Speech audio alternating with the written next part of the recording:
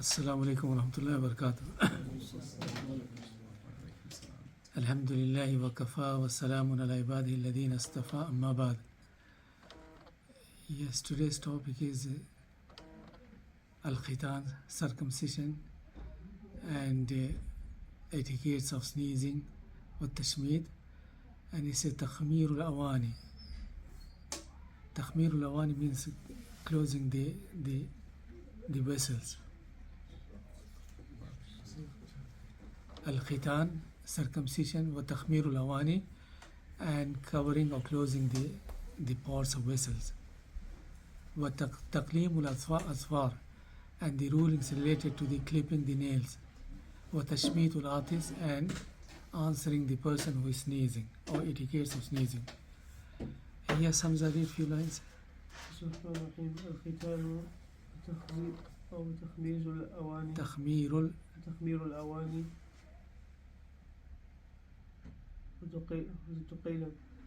وتقليم الأظفار. وتقليم الأظفار تشميت العاطس, answering the person who is sneezing. So few things. He's going to talk about the rulings of circumcision and تخمير الأواني, meaning closing the utensils or closing the parts that contains food. Also clipping the nails, what is the ruling, meaning for how long we can keep our nails, and is there any timing. وتشميت العاطس, and sneezing, what etiquettes for the sneezer, and what etiquettes or what are the ruling related to the person who is listening to him. Okay. وكن عالما أن الختان لواجب مع الأمن. أن الختان لواجب. أن الختان لواجب مع الأمن في الأقوى وحتم التعبد. ويشرع أن لا يبلغ 10 أقلفا. ويكره في الأسبوع فعل التهود ولا تختن الميت من غير مرية وشاربه والإبطاء وظفر فاجددي. Okay, let's carry on. Bismillah. وكن عالما أن الختان لواجب. He's saying, okay, be aware the circumcision is wajib. Circumcision, khitan, is called khitan, is wajib. It is from the sunnah of the mursaleen, meaning sunan al-fitra, the authentic hadith which says 10 things are from the sunan al-fitra, meaning 10 things are natural, and 10 things are the sunnah of the all prophets. It's not only the Prophet sallallahu alaihi wasallam, in all previous nation of prophets 10 things were regarded as a sunnah, meaning 10 things are practice of all prophets. Among them, Prophet sallallahu alaihi wasallam mentioned al-khitan, meaning circumcision, and it is the sunnah of Ibrahim alayhi salam as well. There's authentic hadiths that say that he had done the circumcision for himself after he reached 80 years or something, 80 odd years. Okay, maybe he been commanded by Allah subhanahu wa ta'ala later, meaning a person is made prophet after 40. So yes, there might have been some reason. Maybe he been told by Allah subhanahu wa ta'ala at that age or so. But the point is that he fulfilled. When a person is grown up adult, it may be harder to get the circumcision, maybe more painful. Okay, when a child is born, obviously the skin and the limbs, everything are soft, and it can be easier for him. So he's saying no, that the khitan is wajib.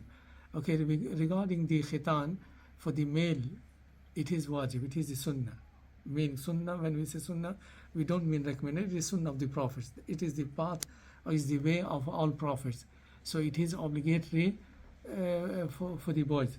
As for the girls, okay, before going to the girls, meaning the dalil for his being obligatory I have mentioned, and scholars of doctors, Muslim doctors, have mentioned number of benefits as well. Number of benefits of circumcision for the boys. Okay, one of the benefit, let's say either it's a benefit or reason why circumcision should be done, especially for the boys, and why it is obligatory, because if the skin is not cut or not removed, I mean the tip of the private part or so, then when a person goes for urine also, some drops may still remain in the area. Okay, even though you are using tissue paper or water or so, because it is covered by the skin, so a drop or two may remain, and it may not come out straight away. It may come maybe after you come out and start sitting and moving physically, or praying, going to ruku and sujood. So those drops may come out, and the tahara may not be maintained. And once the circumcision is done and the foreskin has been taken, then there's meaning. Yes, it is obviously the initial part is obvious, and if it is clean, yes, there's no meaning, there's no danger that urine can be remaining in the part. And with respect to the medical benefits, scholars have mentioned many. If you go in, for example, in Islam QA and look the medical benefits, they have listed many, and they have came up with the ratio also. I mean, the cancer related to the part in those who haven't got the circumcision done is higher and very rare among the people who have got the circumcision done, and irritation and infection and many other things.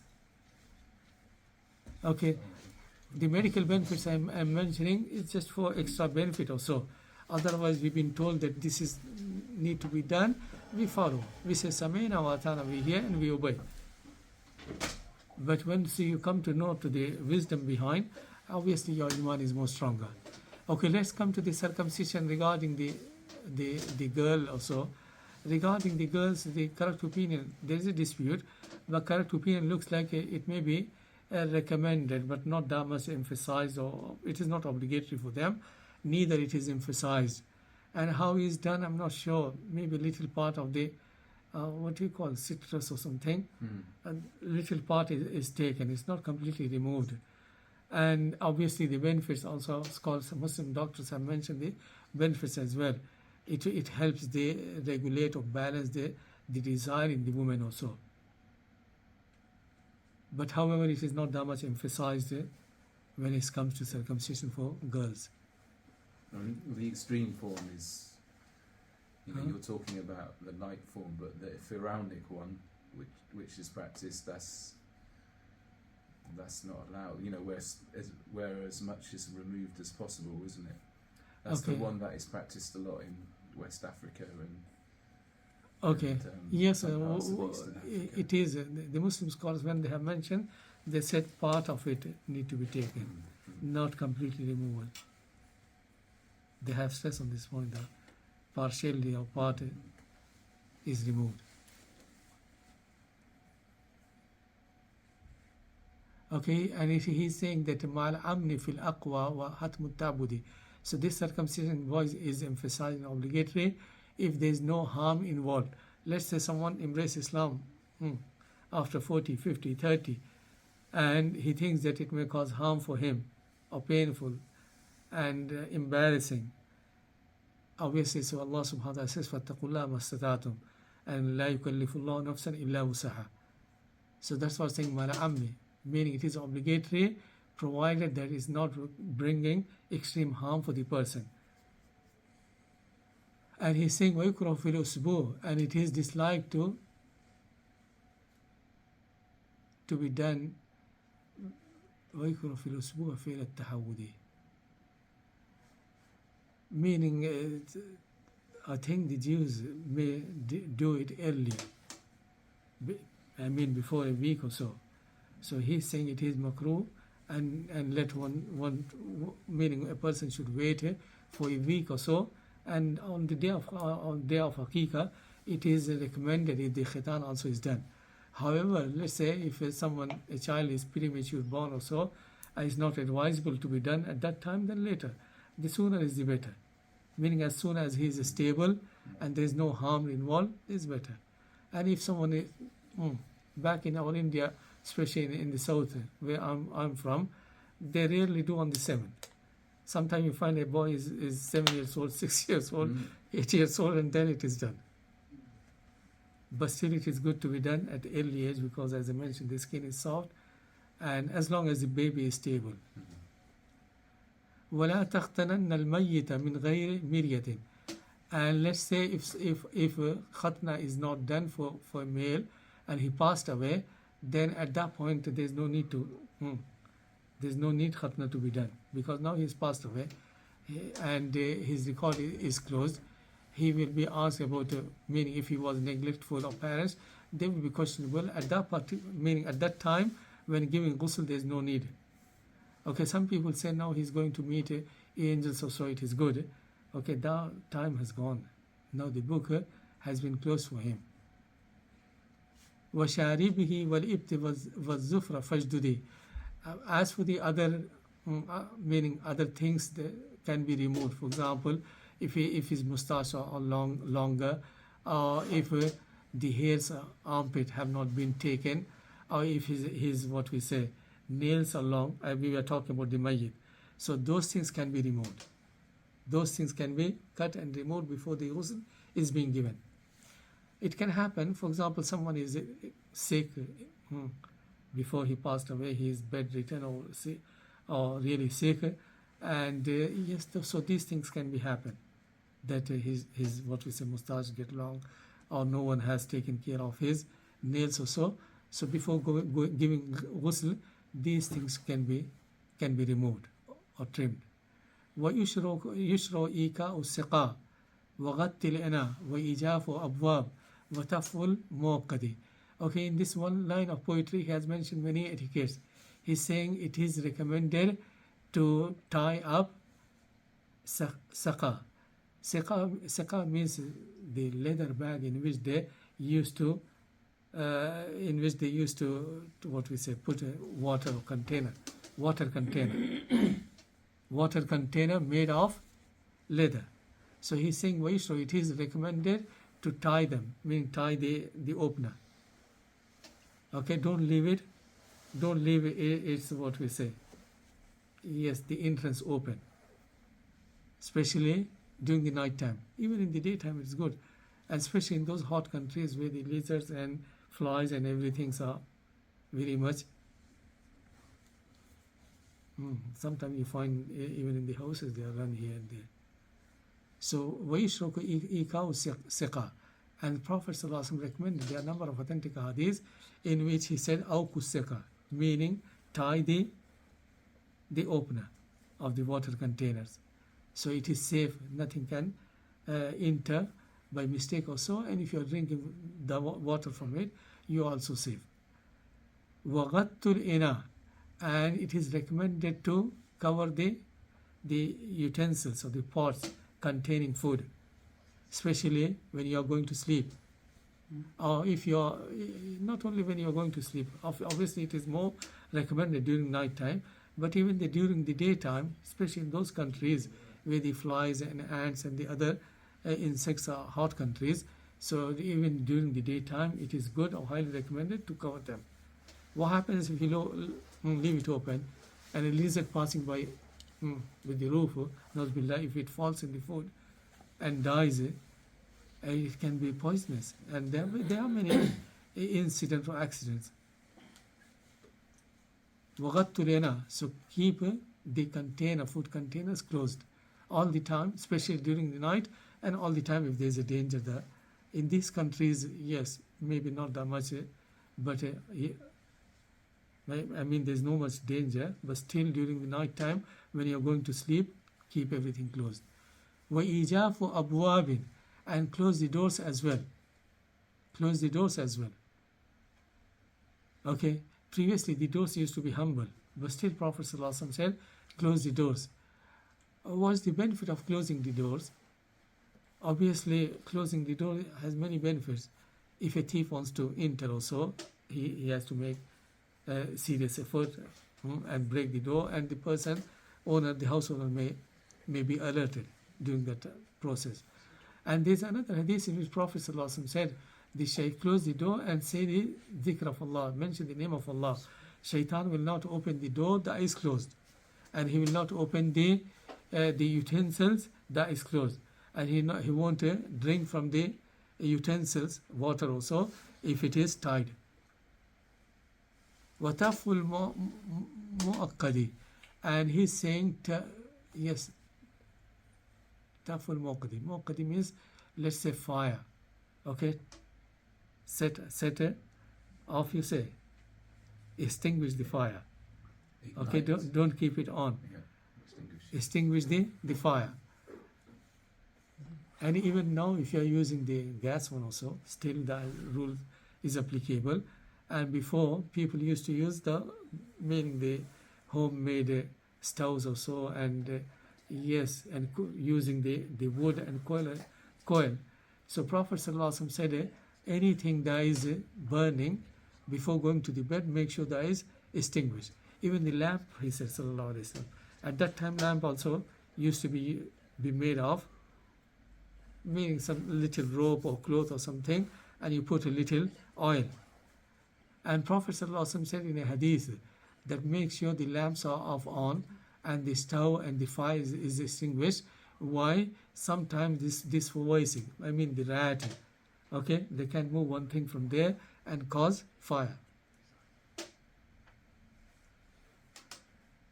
And there's a hadith that something happened at the time of Prophet ﷺ. Fire broke down because of this. I mean, lamp wasn't turned it off, and yes, sometimes these rats or they can push it, or they can drag the thingy. I mean, the thread in which the fire is on, and fire broke down. So Prophet ﷺ said, these are voicing, meaning they are mischievous creatures. So make sure that before you go to bed, make sure that they are off. Okay, so these things are advisory. I mean, Prophet ﷺ has given this advice for the worldly benefit. وَتَقْلِيمُ أَصْفَارٍ, and clipping the nails is highly recommended. وَنَتْفٌ لِإِبَتِهِ, not only recommended, it may be obligatory. Okay? I mean, the timing is given that the maximum that you can leave is 40 days. So it doesn't mean that you have to wait for 40 days. You can trim them or clip them in 30 days or 35 days or in a month time.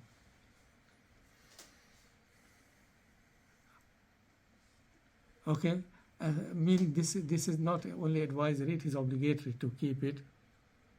And sometimes you find some women, no, it has become a fashion. Some of them keep long. Okay, it's more. It's not a yes. It's not human style or something. You find the eagle and the other. It's true. It's true. They have those big nails also. Acrylics and have different ones that are stuck on top and stuck on top of the nails. But they'll never allow them in hospital. You can't work in a hospital with long nails. Yes. Because it's not clean. It's not clean. Yeah, true. Okay, وَنَتْفٌ لِإِبْتِهِ, and removing the, how do you say, armpits, is also one of the sunnah of the Anbiya. Either pluck them up, وَحَلْقًا, or shave them. Okay, if you start removing or plucking them up from the beginning, being from the time that you have reached the adulthood, it will be easy. But once you have used the razor or something, yes, the hairs will become tough one, and it will cause you pain if you just pluck them up. If you have started doing from the adulthood, it may become easier. Okay, but there is no harm. It's not to say that that is the sunnah to pluck them. You can use what is sunnah is to remove them. So you can use the razor and blade it. Okay, awit tanweer. He's saying either pluck them, wahalqan, or shave them by using razor, awit tanweer, or by using any other substance like the cream or something. Okay, and the same rule apply for the hairs around the private parts, male and female private parts. So that also need to be shaved or removed. Okay, and remember the maximum time is 40 days. Someone told me that our youngsters, teenagers and youngsters, especially those who go to school and college, they are not mindful of these etiquettes.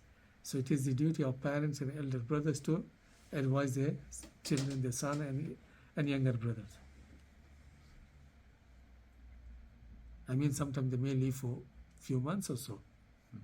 Meaning, especially in this country, many parents, they have complained or they are saying we don't see our child taking more time or using razors, so they may not be aware. So it is the elders' duty to let them know about these issues. Okay, let's move ahead. وَيُكْرَهُ بَعْدَ الْأَرْبَعِينَ بَقَاؤُ. He's saying after 40 days, it is highly disliked to keep them. The nails and the armpits and the hairs around the private parts, the maximum. And there is authentic hadith in the Prophet ﷺ. Some companions said Prophet ﷺ waqata means he has set a time frame that before 40 days it should be removed.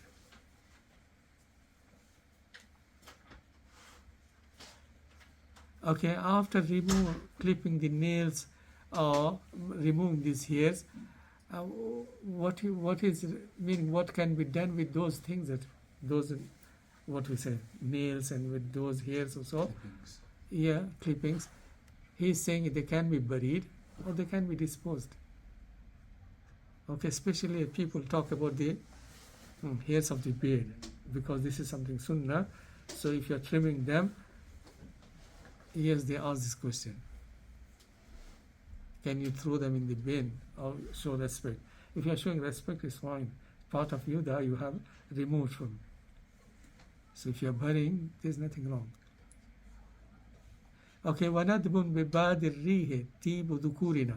He's saying another thing that is highly recommended for male is to use perfume, use atr or itr. Nadbun means it's recommended بِبَادِ الرِّيهِ, meaning use a perfume, the smell, meaning which smell can spread. Okay? Perfume or atr, which smell can go or can be spread.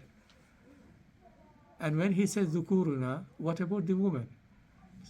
For women, the smell should not be that strong. Meaning she can use in the home when she's with her family and husband or so, but if she's going to outside, she can use something that is very mild. Is it clear now? Meaning if you're using strong one and someone is passing there, you get the smell. It shouldn't be that one for women. For men, it's fine. Scholars have said it, she can use something, smell, which is not detected by other people. Meaning she is getting the smell, but it's not strong one that is spreading and being detected by other people, especially when she's going outside. Okay, and scholars, there's hadith that if a woman goes out with a strong smell that is being detected, Prophet ﷺ said she's committing the sin, she's like adulterer. Meaning not really adulterer, but she may, what we say, attract the attention of the people towards her. And now come to the etiquettes of sneezing. وَيَحْسُنُ خَفْضُ الصَّوْتِ مِنْ آتِسٍ. He's saying when a person is sneezing, it is highly recommended to lower his voice. Meaning, how you lower your voice? If you use tissue paper or try to cover, yes, the voice is lowered. But if you leave it, okay, you may generate a huge noise of voice. وَيَحْسُنُ خَفْضُ الصَّوْتِ مِنْ آتِسٍ وَإِنْ يُغَطِّ وَجْهًا. And it is also recommended to cover his face, or especially the area. Okay, with tissue paper or with any other thing. Why so? لِإِسْتِتَارِ مِنَ الرَّدِي. Because if you are covering and any fluid is coming out, okay, so it's not been seen by other people. It may look loathsome if someone is sneezing and what we say phlegm or the liquid is coming out. And there's other benefits as well. Scholars say that when a person is sneezing, many bacteria or something may come out with the air. So if you are using, they remain in the tissue, so throw them. It won't spread into and cause harm to other people. وَيَحْمَدُ جَهَرًا. And after, okay, by the way, sneezing is something good. Something good in the sense that it is a sign of nashat, activeness. Unless it is too many, okay, one after another, that is sign of zukam. But if it is one or two, that is good. Yes, Mustafa. After Fajr, who sneezes? Okay, but the point is he got allergy, he won't take any medicine. Some people are anti-medicine. That's wrong. That's wrong. If you got infection, I know one of my friends back in India was very much anti-medicine. He got infection in the throat, no antibiotic. I will try this, I will try that, I will try. Until it got worse and it went into his ears or so, then he gave for 21 days antibiotic to be used. So yes, don't go this extreme and neither the other extreme. Is it better to sneeze into the left hand? Hmm? Is it better to sneeze into the left hand rather than the right hand, or is it doesn't make any difference really from syllable? Meaning you're using tissue paper or something covering. I mean, yes, It's a if COVID sneeze. you're using one hand, then you use left hand, and if you're using cloth and both hands, that's fine. Okay. But if it is one hand, With then the right hand, you are shaking the hands of people, Yeah. so you don't want to contaminate your right hand and then contaminate the other Yeah, people. that's it. So, Yeah. From a logical point of view, Yeah. I just wondered if there was. and right hand is for good things, Yeah, and that's it. left hand for cleaning and those. Okay, وَيَحْمَدُ جَهَرًا. And after sneezing, maintaining those etiquettes, one should praise Allah subhanahu wa ta'ala out loud. Say Alhamdulillah. How other people are meant to answer if they don't hear you saying Alhamdulillah? It's not obligatory upon them to answer unless they hear you saying Alhamdulillah. And it is good to get answer from other people because they are only making dua. They are saying Yarhamukallah, may Allah shower His mercy upon you. Does the person have to say Alhamdulillah for you to say Ya Alhamdulillah? Yes. What if they don't say it? Can you still If they don't say, then remind them. Say Alhamdulillah, you haven't. Okay? Say Alhamdulillah. Remind them, give advice.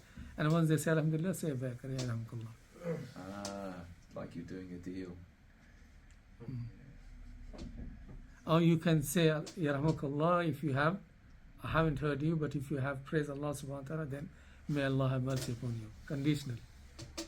There was a situation at the time of the Prophet where some two companions, one of them sneezed and they said Alhamdulillah and the other one didn't. He So didn't say. replied back to the one that said Alhamdulillah. Yes, he asked, you gave dua to him and not me. He said, he praised Allah, you didn't.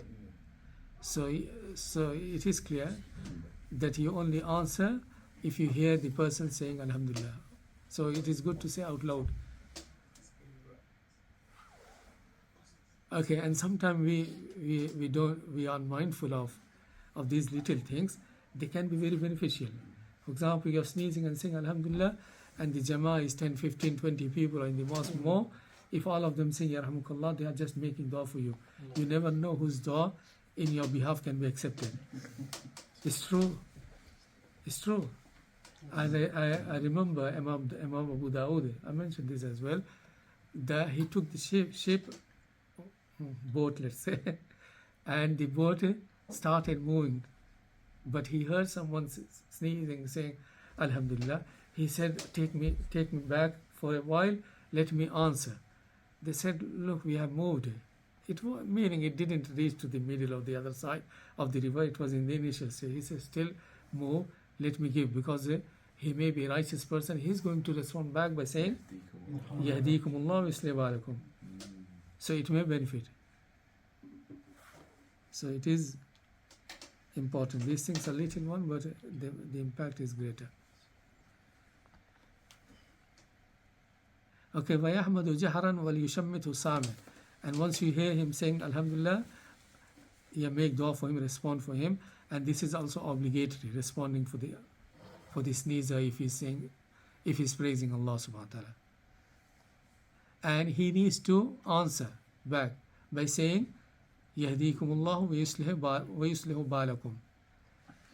Okay, I found Sheikh Saleh Fawzan in his sharh for this Manzuma, He said if a kid, child sneezes and says Alhamdulillah, say Barakallah, Barakallah fi. I'm not exactly sure. He mentioned hadith as well. But more research needs to be done. Is that is the case, or have we got option as well? I mean, that's also a dua, Barakallah fi. May Allah bless you, put barakah. But more research needs to be done, what other scholars have said. Okay, and he's saying قُلْ لِلْفَتَى أُوفِيتَ بَعْدَ ثَلَاثَةٍ. He's there, وَلِلطِّفْلِ بُورِكَ فِيكَ وَأَمُرْهُ يَحْمَدِي. He's saying if a grown-up person has sneezed 3 times or more, then say Afaq Allah or say Shafaq Allah. 3. وَقُلْ لِلْفَتَى أُوفِيتَ بَعْدَ ثَلَاثَةٍ. Okay, some hadith says 3 as well. 3 or more, let's say. After 3, normally people have 3. But he says 3, it's 3 sneezes in a row actually. If it's a sneeze is consistent 3 times, it shows the person. Majority of the time, when a person sneezes 3 times in a row, it shows they're suffering. It's either hay fever or any other illnesses. So Hay fever or allergy. Yeah. Like it. And sometimes you find people non-stop, more than 3. So say Shafaq Allah, Afaq Allah. Means your health is not good, you may be having problem. May Allah rectify and grant you the cure. Okay, وَلِلطِّفْلِ بُورِكَ فِيكَ. Now he is saying, say for the child, Allahumma barakallah fiqh. When he sneezes, say barakallah fiqh, وَأَمُرْهُ يَحْمَدِي, and advise him to say Alhamdulillah. Because he is a child, maybe 4 or 5 years. And once you teach the kids from the early age, these things comes automatically. Okay, you're used to, as soon as you sneeze, Alhamdulillah comes automatically. It's true. What about somebody who makes the sneeze and then says Alhamdulillah at the same time? That's probably should separate it, isn't it? I'm not sure it is habit. For me, sneeze and Alhamdulillah simultaneously, maybe little after. It's not like a sneeze and then you say Alhamdulillah. That Barakallah fiqh, that's like when the Kuffar say bless you, innit? That's similar, isn't it? So It says for the kids, tifl means children. And Sheikh Saleh has mentioned a hadith as well. So it is whether we have choice, can we say Yarhamukallah, or it is only Barakallah fiqh, that little bit more research needs to be done in this issue.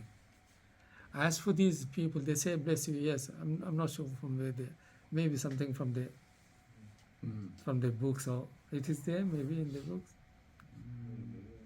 I mean, maybe it may be from the remaining of the bless you is like saying Barakallah fiqh, like isn't it? it? It is, yeah. It is like saying God bless you. Yeah, God bless you. Okay. وَغَتَّ فَمَنْ وَقْتِمْ تُصِفْ فِي تَثَاوُبٍ. Another ruling is talking about,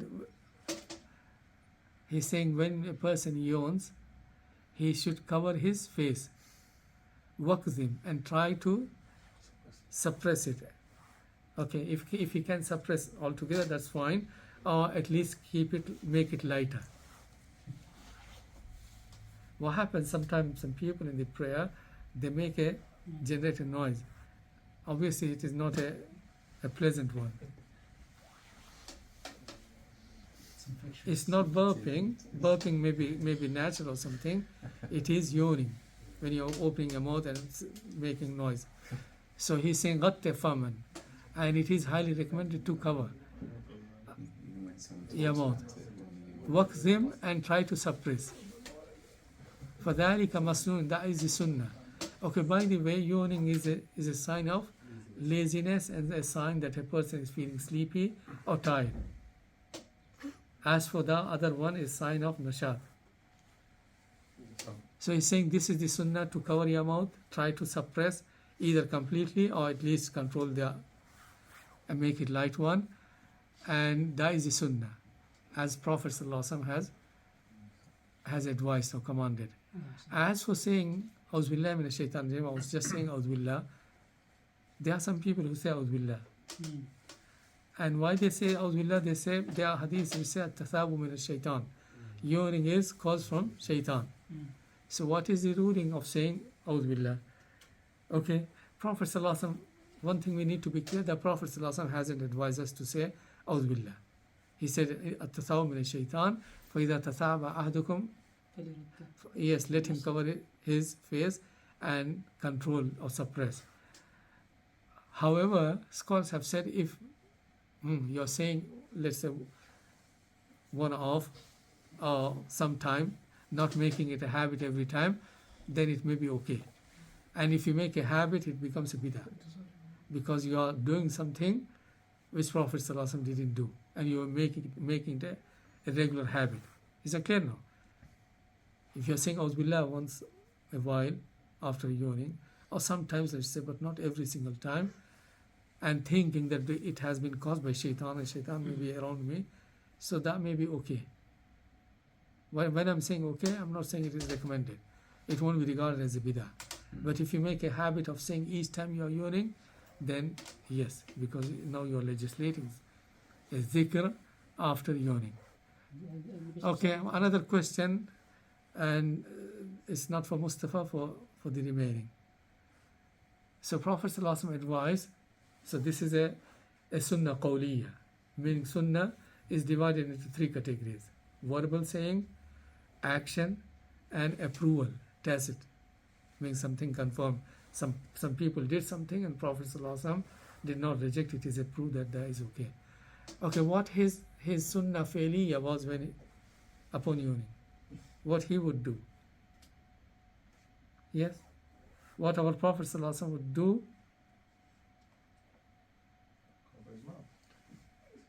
Cover his mouth. Any other? Not yawn. Huh? Maybe He never yawned. Is it? Yeah. How do you know that he never?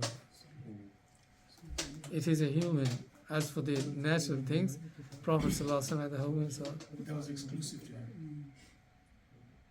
I wrote that up. Okay. أعوذ بالله من الشيطان الرجيم. Okay. No, we said it that saying Auzubillah is not. Mm. It hasn't been. It's not a sunnah. And if someone is saying each time yawning, it becomes bid'ah because it's not has been sanctioned. But once a while, or sometimes fine. Okay, the correct answer, he never yawned because, as he said, at-tathawu min shaitan, and he was protected from shaitan and from shaitan tricks and shaitan influence. Because the hadith in which he clearly said, there is shaitan with each one of you, and he runs in the body like the blood. People asked, with you as well? He said, yes, with me, but my one has become Muslim. So he does not ask me to do anything wrong except for good. He encourages me. He encourages me to do something good, like the angels. Okay, we'll stop here. Subhanakallah bihamdika ashhadu an la ilaha illa anta astaghfiruka wa atubu ilayk.